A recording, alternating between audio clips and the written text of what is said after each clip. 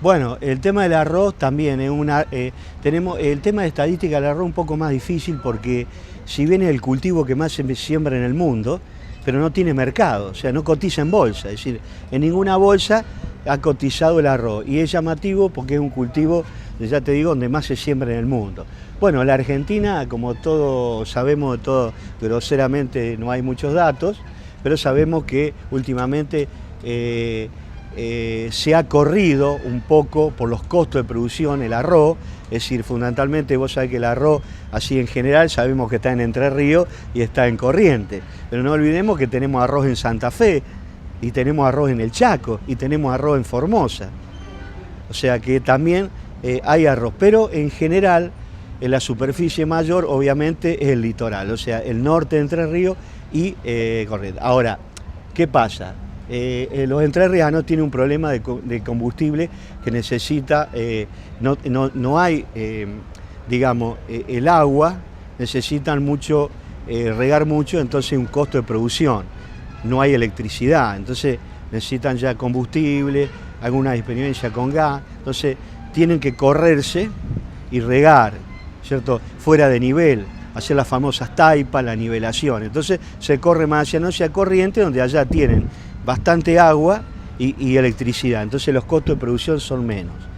Algunos se corren, algunas arroceras obviamente tienen distinto lugar, en otro epicentro muy importante que es la Ruta 1, o sea, todo lo que bordea el río Paraná, del lado de Santa Fe, llámese San Javier, como cabecera de arrocera, donde hay muchas arroceras de San Javier, Callastá, toda esa zona, la Ruta 1, que va de la ciudad de Santa Fe al puerto de Reconquista, pasando por Helvecia, Callastá, Santa Rosa de Calchine, San Javier, Los Laureles, Román también es una localidad donde hay muchísimas arroceras. Esto es otra zona muy productora de arroz. Y después tenés algo en parte del Chaco, en una zona determinada que se hace arroz, que ahí también nosotros tenemos máquina.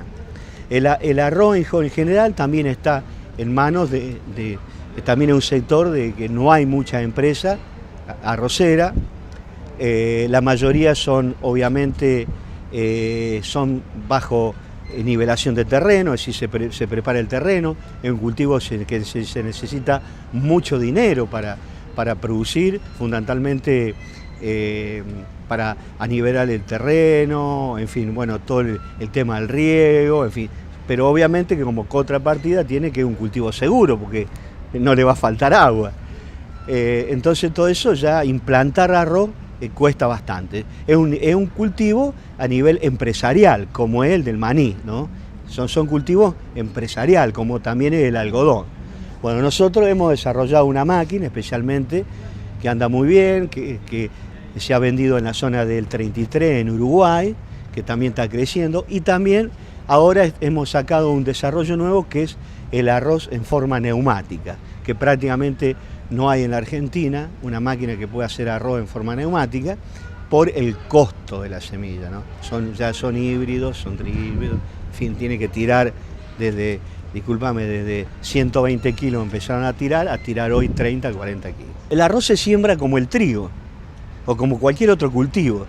Lo que pasa es que se necesita regarlo. Entonces, si vos tenés un lugar donde hay, por ejemplo, en Entre Ríos, digamos, desniveles, tenés que hacer las famosas curvas de nivel, que son las taipas, que contienen el agua para que esté bajo agua siempre el terreno. Y si no, en zonas planas, se nivela el terreno, se siembra en forma normal, como si fuera un trigo, y después se hacen las bateas o determinadas contenciones de agua y se larga el agua, y así se siembra.